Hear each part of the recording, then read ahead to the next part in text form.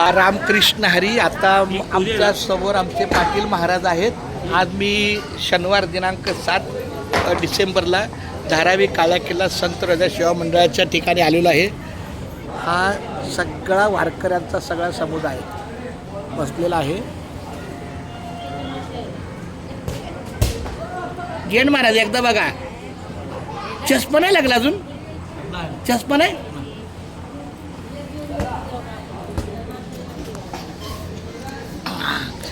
आमचे पाटील महाराज भेटले की मला रामकृष्ण महाराजांचा नाश्ता चालू आहे.